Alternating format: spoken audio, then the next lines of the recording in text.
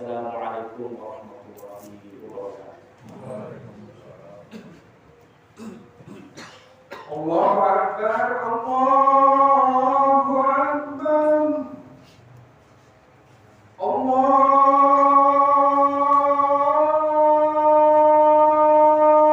Akbar, Allahu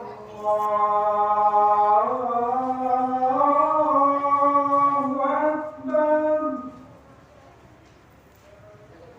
Asyhadu an la ilaha illallah.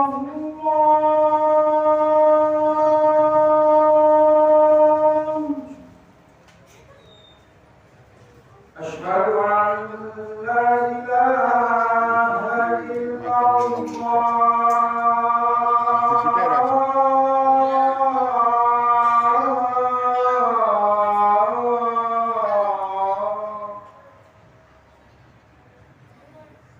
Asyhadu anna Muhammadar Rasulullah.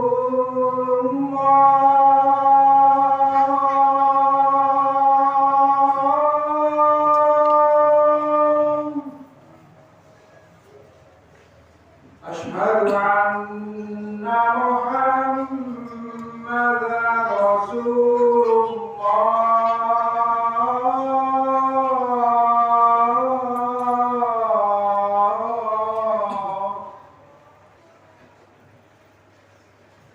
Hayya 'alas shalah.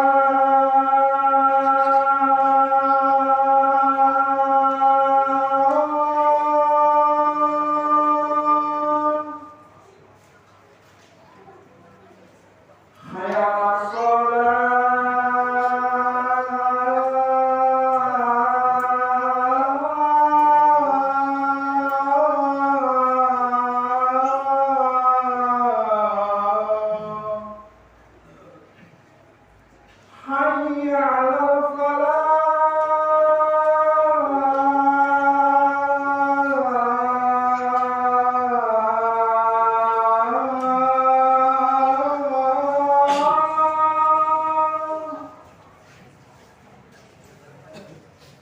Hayya 'alal falah.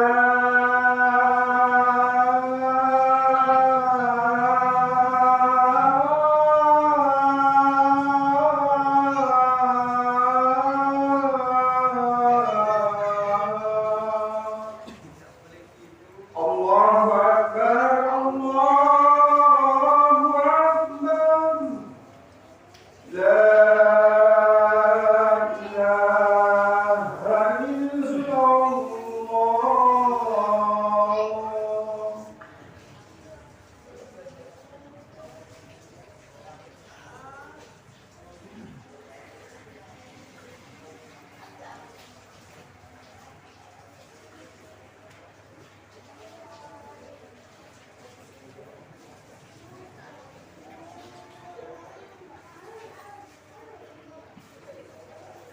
Innal hamdalillah nahmaduhu wa nasta'inuhu wa nastahdihi wa nastaghfiruh wa na'udzu billahi min shururi anfusina wa sayyiati a'malina. Man yahdihillahu fala mudilla lahu wa man yudlil fala hadiya lahu.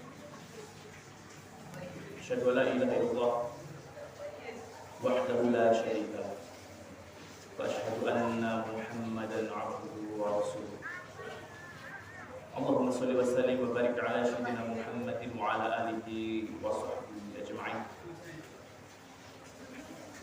Allah Ta'ala fi kitabihil karim ba'da a'udzu billahi minasyaitonir rajim. Bismillahirrahmanirrahim. Ya ayyuhalladzina amanu taqullaha haqqa tuqatih wa la tamutunna illa wa antum muslimun. Mab'ad mukminin jamaah sidang Jumat yang dirahmati Allah Subhanahu wa taala. Alhamdulillah, alhamdulillahirabbil alamin, bersyukur kita pada Allah Subhanahu wa taala yang telah memberikan kita kenikmatan yang sangat amat banyak untuk kita semua, bahkan untuk bangsa ini. Kenikmatan Banyak sekali yang Allah berikan kepada kita, baik yang kita minta langsung pada Allah ataupun yang kita minta pada Allah. Salah satunya adalah kenikmatan kemerdekaan. Allah memerdekakan kita, bangsa kita, negeri kita ini dari berbagai kesulitan, dari penjajahan yang dahulu dirasakan oleh negeri ini. Dan juga nikmat yang paling besar adalah Allah telah memerdekakan kita dari kemusyrikan dan kekafiran, sehingga kita bisa merasakan nikmatnya manisnya iman ini, sebagaimana yang dirasakan oleh sahabat Nabi radhiyallahu anhu Bilal bin Rabah, seorang budak hitam yang bibirnya tebal, kakinya lebar, rambutnya keriting. Seorang budak yang dulunya dia budak lalu kemudian dia merdeka, dan merdeka yang paling dia rasakan nikmatnya adalah ketika dia memeluk Islam, ketika dia merasakan manisnya keimanan di dalam hatinya. Kemudian salam dan salawat lagi kita haturkan untuk Nabi Muhammad Sallallahu Alaihi Wasallam yang telah memandu kita, mengajarkan kita, yang mengenalkan kita kepada Allah kita, yang telah mengajarkan kita apabila kita kesulitan kita harus bertanya kepada siapa. Ketika kita punya masalah kita harus mencari solusi kemana. Rasul semua telah mengajarkan kita tentang itu, memberikan panduan bahkan, dan tidak ada satupun yang disembunyikan sedikit pun oleh Rasulullah SAW kepada kita. Tidak ada, semua yang telah beliau ajarkan semua. Mungkin dalam sidang Jumat yang dirahmati Allah Subhanahu wa Ta'ala, pada khutbah Jumat siang hari ini, khotib ingin menyampaikan satu tema menarik yang mungkin hari ini sedang hangat-hangatnya, terutama ini bicara masalah ketauhidan kita. Sebetulnya ini sudah pernah, bahkan sering dari zaman Nabi Muhammad SAW, bahkan di negeri ini pernah diselesaikan juga oleh kiai kita, Kiai Haji Ahmad Dahlan, dan seluruh murid-murid dan ulama-ulama terdahulu, yaitu tentang masalah kesyirikan, masalah perdukunan yang membuat kita menuju kepada lembah kejahiliaan. Mungkin jam sedang Jumat yang dirahmati Allah Subhanahu wa Ta'ala, berbicara masalah jahiliyah. Jahiliyah sesungguhnya itu adalah bahasa Al-Quranul Karim. Bahasa Al-Quranul Karim itu bukan bahasanya para ahli sejarah, tapi itu langsung Al-Quran sendiri yang menyebutkan bahwasanya jahiliyah, pasti jahiliyah.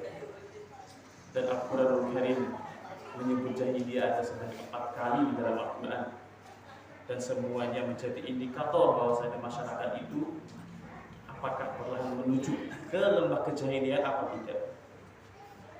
Ada yang pertama tentang dhon al-jahiliyah, dhon prasangka, dhon al-jahiliyah, prasangka jahiliyah. Mereka menyangka sesuatu terhadap Allah dengan sangkaan jahiliyah. Lalu kemudian ada hukum al-jahiliyah, tentang hukum-hukum jahiliyah. Lalu kemudian ada tentang tabaruj al-jahiliyah, tentang berpenampilan jahiliyah. Dan ada yang namanya hamiyah jahiliyah, yaitu tentang fanatisme, kesombongan jahiliyah.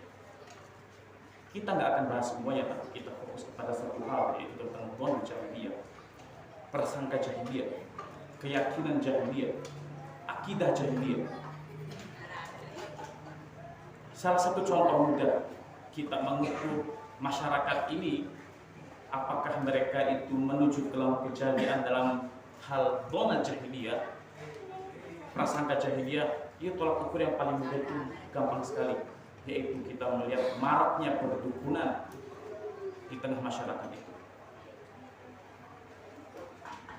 Jadi kalau kita melihat satu masyarakat yang mereka marak kedukun, banyak sekali yang kedukun, untuk menemukan solusi ketika mereka punya masalah, mereka cari dukun untuk menemukan solusi itu, apapun itu. Mereka menjadikan dukun sebagai konsultannya mereka, maka dipastikan masyarakat tersebut akan perlahan menuju ke lembaga kecahayaan, bola cahaya. Negeri ini kita tahu, negeri ini mudah sekali orang itu tertipu dengan kalimat-kalimat dan penampilan. Dukun dipoles sedikit dengan kalimat-kalimat, oh ini orangnya soleh, kalau ini ilmu putih, kalau ini. Gampang sekali orang mudah percaya lantaran karena penampilannya dia memakai sorban, dia bahkan punya pondok pesantren, punya padepokan dan sebagainya. Bahkan dia sering wirid-wirid, berzikir. Padahal sesungguhnya kalau kita ingin mengamati bahwa saja kalau soal masalah sorban, masalah tampilan, kita bisa lihat di Beringharjo sana, kita bisa membeli kain yang sangat panjang, bukan 10 meter untuk dibikin sorban. Kalau soal pondok, panjenengan punya duit bikin pondok jadi. Kalau soal untuk pondok pesantren, kalau untuk masalah zikir, saya yakin semua yang ada di sini bisa berzikir. Tinggal la ilaha illallah sambil mengangguk, orang kira ustaz. Dan mengapa hari ini masih banyak yang tertipu tentang itu? Begitu dia berkonsultasi, ternyata dukun juga. Lagi-lagi ketemu lagi dukun juga. Dulu orang mengenalnya dukun itu sesuatu yang sangat mistik, berpakaian hitam, berada di ruangan yang remang-remang, berada di atas tengkorak menyambil dan sebagainya. Dulu begitu masyarakat kita mendeskripsikan dukun itu seperti itu. Tapi begitu berubah penampilannya, menggunakan sorban, keagamaan dan sebagainya, begitu dikonsultasi dukun juga ternyata. Apa yang menjadi masalah kita yang menyebabkan itu? Itulah karena kita belum paham tentang bagaimana yang dimaksud dukun di dalam syariat ini. Apakah kita pernah menanyakan syariat ini menyebut dukun itu seperti apa? Para ulama kita mendeskripsikan dukun. Mereka mengutarakan apa itu dukun sebetulnya. Dan ini kalau kita pahami, mau zaman apapun itu, zaman Nabi Muhammad SAW bahkan sampai hari ini, kalau dia masuk dalam deskripsi tentang pengertian dukun ini, maka sudah pasti dia dukun, apapun penampilan dia. Kata para ulama, dukun itu adalah orang yang ngaku-ngaku mengetahui sesuatu yang gaib, baik yang terjadi di masa lalu ataupun di masa depan, kecuali diberitakan oleh wahyu. Artinya diberitakan oleh Rasulullah SAW atau disampaikan oleh Allah Subhanahu Wa Taala di dalam Al-Quran Al-Karim atau disampaikan oleh Rasul dalam nubuatnya, kecuali seperti itu. Atau mungkin dari informasi-informasi berita yang kejadian terlalu. Tapi kalau misalkan ada satu masyarakat, misalkan panjenengan punya teman misalnya, lalu kemudian datang ke rumah panjenengan, lalu kemudian teman tersebut mengatakan, sebentar, misalkan katakan saja teman panjenengan itu adalah seorang ustaz, lalu kemudian mengatakan, sepertinya rumah ini 10 tahun yang lalu di pojok sana ada orang bunuh diri, rumah ini angker. Masya Allah, dari mana dia tahu tentang itu? Kalau misalkan dia tahu tentang berita tentang itu dari informasi internet, mungkin selesai, dia bukan dukun. Tetapi kalau misalkan dia mengatakan, ini mata batin saya melihat bahwasanya di rumah ini 10 tahun yang lalu, tepatnya di pojokan sana, ada yang bunuh diri. Dia melihat dengan mata batinnya dia, maka sudah dipastikan itu dukun, Pak. Karena dia mengetahui sesuatu yang lalu, mengaku-ngaku melihat dengan mata batinnya dan sebagainya. Dukun. Atau misalkan yang lain, ketika panjenengan misalkan kehilangan barang, misalkan barang berharga, entah motor atau perhiasan, lalu kemudian ada teman panjenengan yang datang, sini saya tunjukkan kepada kamu orang yang bisa nemuin barangmu di mana. orangnya ustaz, syekh, bahkan. Lalu kemudian datang ke ustaz sana. Begitu nyampe, belum ngobrol, ustaznya datang, lalu kemudian ustaznya bilang, saya tahu masalahmu, kamu baru kecurian kan? Wah, makin bilang sakti, Pak. Makin bilang sakti. Padahal sebetulnya hanya yang harus dilakukan kita apa? Harusnya pergi, Pak, karena itu dukun, Pak. Dukun, demi Allah dukun. Karena kemungkinannya cuma hanya beberapa hal pilihannya. Dia kenapa tahu? Bisa jadi dia menebar. Yang kedua, bisa jadi dia bersekongkol dengan teman kita.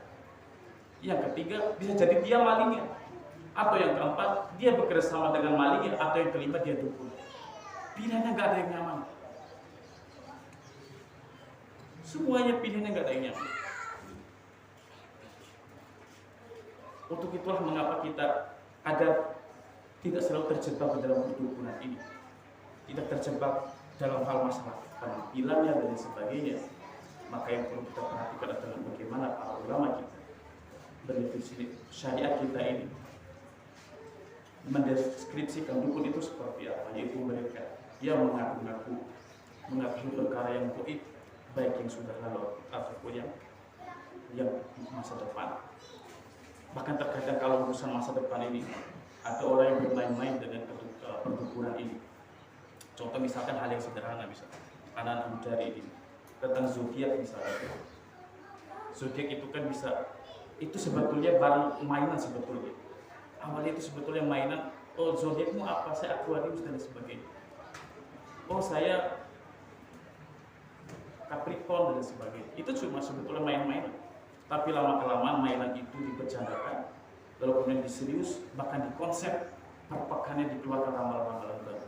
Mungkin yang membaca ramalan itu ketika dia baca, oh Anda Aquarius, pekan ini rezekinya lagi seret.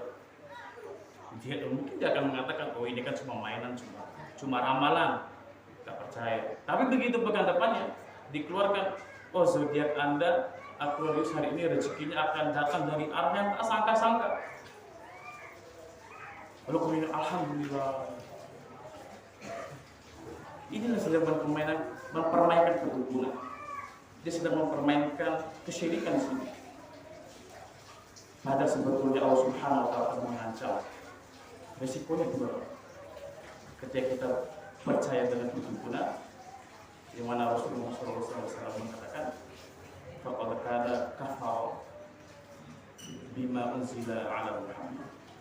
Jadi kalau misalnya man aja kahinan atau arrafa masaddaqa yaqul, barang siapa yang mendatangi dukun kahinan atau arrafa atau peramal, lalu kita membenarkan apa yang mereka katakan, faqad kana kafara bima unzila ala Muhammad, maka dia telah kafir terhadap apa yang diturunkan kepada Nabi Muhammad SAW, yaitu Al-Quranul Karim. Gak main-main, Pak. Lalu kemudian minimal yang paling ringan itu Allah mengancam dengan tidak diterimanya sholat selama 40 malam. Mungkin ada ide liar yang mengatakan, ya udah kalau begitu nggak usah sholat saja. Oh, justru itu malah double, Pak. Satu, pahala nggak sholat, dosa karena nggak sholat. Yang kedua, dosa karena pahalanya nggak diterima, sholat ibadahnya nggak diterima. Itulah yang mungkin kita harus refleksikan agar kita tidak selalu terjatuh di lubang yang sama terkait masa kedukunan ini. Karena apapun penampilan bisa berubah, tetapi konsep polanya selalu sama. Barang siapa yang mengaku mengetahui sesuatu perkara yang gaib, baik yang terjadi di masa lalu ataupun masa depan, kalau referensinya bukan wahyu, bukan nubuat dari Muhammad SAW, atau bukan berita yang valid terkait itu, maka itu pasti akan ditutup. Berkau berdua lagi kurang lebih manfaat ini dari lebih ayat dari hakim. Aku lepas lihat dari astagfirullah, innahu huwal ghafur.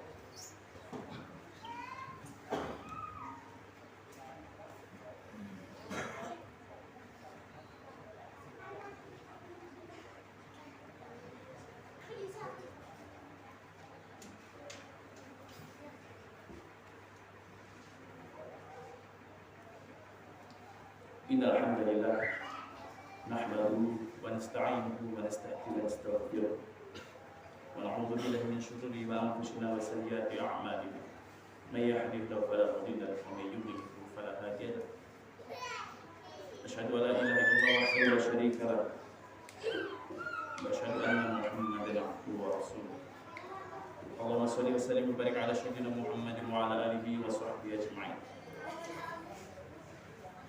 الله تعالى في كتابه الكريم يا أيها الذين آمنوا اتقوا الله حق تقاته ولا تموتن إلا وأنتم مسلمون. Nah, ba'd. Mungkin kita masih Jumat yang dirahmati Allah Subhanahu wa taala. Inilah perlu kita perhatikan pada diri kita terkadang apalagi di akhir zaman ini. Sebagaimana yang telah Rasul katakan bahwasanya di akhir zaman kita susah membedakan antara fitnah akhir zaman. Kita susah membedakan, kita mengira itu baik padahal buruk. Kita mengira penampilan itu baik, ini orang sakti, ini orang suci, padahal sebetulnya itu orang kotor. Karena tidak ada yang lebih suci dibanding Rasul Muhammad SAW. Rasul saja tidak mengetahui apa yang terjadi di masa lalu dan apa yang terjadi di masa depan selain diberitakan oleh Allah Subhanahu wa taala melalui wahyu, melalui malaikat Jibril. Kalau misalkan Rasul tahu tentang masa depan, Rasul nggak mungkin terluka di perang Uhud karena beliau tak akan tahu di posisi mana beliau akan diserang oleh musuh. Tapi buktinya beliau terluka di perang. Kalau beliau tahu tentang masa depan, Rasul pasti sudah mempunyai jawaban. Tidak menunggu-nunggu lagi jawaban dari wahyu. Ketika beliau, keluarga beliau ditimpa sebuah berita yang menyakitkan keluarga Rasul dan beliau sedih. Dan pasti beliau akan sedih kalau misalkan beliau sudah tahu berita itu dan seperti apa kebenarannya. Bahkan Allah tahan berita itu, Allah tidak turunkan wahyu selama beberapa hari. Karena Rasul betul-betul mengatakan sesuatu menurut panduan wahyu. Dan kalau misalkan Rasul itu memang, padahal ini manusia suci Pak, manusia suci. Kalau misalkan Rasul berbohong, tak mungkin Rasul ketika ditanya orang Yahudi tentang bagaimana kisah Zulkarnain, kisah para pemuda Kahfi, karena Rasul tidak punya pengetahuan tentang itu, tapi Allah berikan jawaban tentang kisah Al-Kahfi, kisah pemuda Kahfi, kisah Raja Zulkarnain dan sebagainya melalui Jibril alaihissalam. Dan hari ini banyak orang yang mengaku juga, banyak mengaku dibisikin. Kalau ilmu yang putih itu dibisikin Allah, kalau yang hitam itu dibisikin jin. Sejak kapan Allah bisa membisikin dia? Nagal Nabi yang mendapatkan gelar yang bisa berbicara, berkesempatan berbicara dengan Allah, berdialog dengan Allah itu cuma Nabi Musa alaihissalam di Bukit Sinai. Sementara siapa dia yang diajak Allah Subhanahu wa taala. Mari kita berdoa kepada Allah Subhanahu wa taala agar Allah selalu melindungi kita dari berbagai macam fitnah ini, fitnah kesyirikan, dan melindungi setiap anggota keluarga kita dari dzon jahiliyah, dari prasangka jahiliyah. Inna Allaha wa malaikatahu yusholluna 'alan nabi ya ayyuhalladzina amanu shollu 'alaihi wa sallimu taslima. Allahumma sholli 'ala Muhammad wa 'ala ali Muhammad. Allahumma ighfir lil muslimina wal muslimat wal mu'minina wal mu'minat al-ahya'i minhum wal amwat innaka as-sami'u qarib mujibud da'wat. Allahumma ighfir lil muslimina wal muslimat wal mu'minina wal mu'minat al-ahya'i minhum wal amwat innaka as-sami'u qarib mujibud da'wat. Rabbana hab lana min azwajina wa dhurriyyatina qurrata a'yun waj'alna lil muttaqina imama. Rabbana atina fid dunya hasanah wa fil akhirati hasanah wa qina 'adzaban nar. Sallallahu alaihi wa sallam Muhammad